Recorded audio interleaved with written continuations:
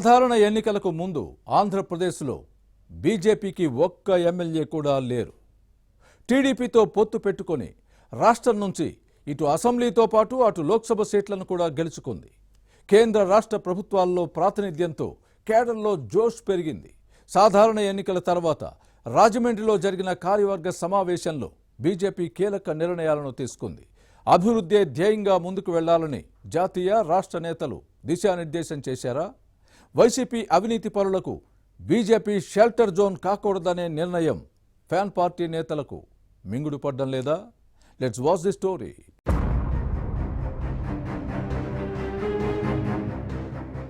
సాధారణ ఎన్నికల తర్వాత తొలిసారిగా రాజమండ్రిలో నిర్వహించిన ఏపీ బీజేపీ రాష్ట్ర కార్యవర్గ విస్తృత స్థాయి సమావేశంలో కీలక నిర్ణయాలు తీసుకున్నారు. పార్టీ సంస్థాగత అంశాలతో పాటు రాష్ట్రంలో అభివృద్ధి, వైసీపీ నేతల చేరికలపై చర్చించి తీర్మానాలు చేశారు. బీజేపీకి ప్రజలే దేవుళ్లనే సంకేతం ఇచ్చారు. సేవా కార్యక్రమాల ద్వారా ప్రజలకు దగ్గర కావాలనే సందేశాన్ని కేడర్కు ఇచ్చారు.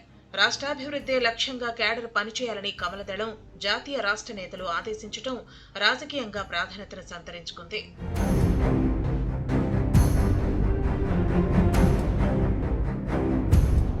రాష్ట్రంలో పార్టీ బలోపేతానికి పెద్దపీట వేస్తూ నేతలు ప్రసంగాలు ఉంటాయని కేడర్ భావించినప్పటికీ అభివృద్ధే లక్ష్యంగా నేతలు దిశానిర్దేశం చేయడం ఆసక్తిగా మారింది.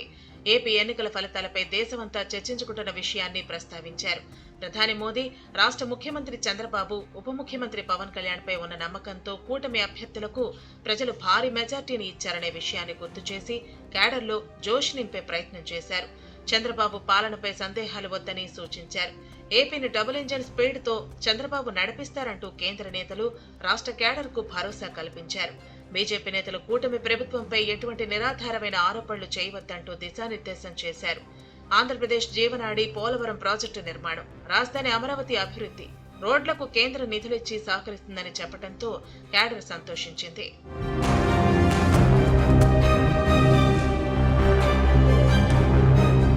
మరోవైపు ఏపీని అన్ని రంగాల్లో సర్వనాశనం చేసిన వైసీపీ నేతలు బీజేపీలో చేరేందుకు ప్రయత్నించడంపైన చర్చ జరిగింది. అవినీతి అక్రమాలకు పాల్పడిన ఫ్యాన్ పార్టీ నేతలకు బీజేపీ షెల్టర్ జోన్ గా మారకూడదని జాతీయ నేతలు స్పష్టం చేశారు. తొందరపడి వైసీపీ నేతలు బీజేపీలో చేర్చుకోవద్దని తేల్చి చెప్పేసిందట. దీంతో కాషాయ కండువా కప్పుకోవాలనుకుంటున్న ఫ్యాన్ పార్టీ నేతలకు ఇది షాకింగ్ పరిణామంగా మారింది. వైసీపీ నేతలపై అవినీతి, అక్రమాలు, అరాచకాలు, భూ కబ్జాల ఆరోపణలు ఉన్నాయి.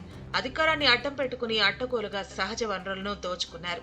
అవినీతి మకిలి అంటిన నేతలను చేర్చుకుంటే పార్టీ ప్రతిష్ట మసకబారుతుందని చెప్పినట్టు సమాచారం. మొత్తానికి ఈ నిర్ణయం బీజేపీలో చేరాలనుకుంటున్న వైసీపీ నేతలకు షాకింగ్ పరిణామమేనని పొలిటికల్ పండిట్స్ భావిస్తున్నారు.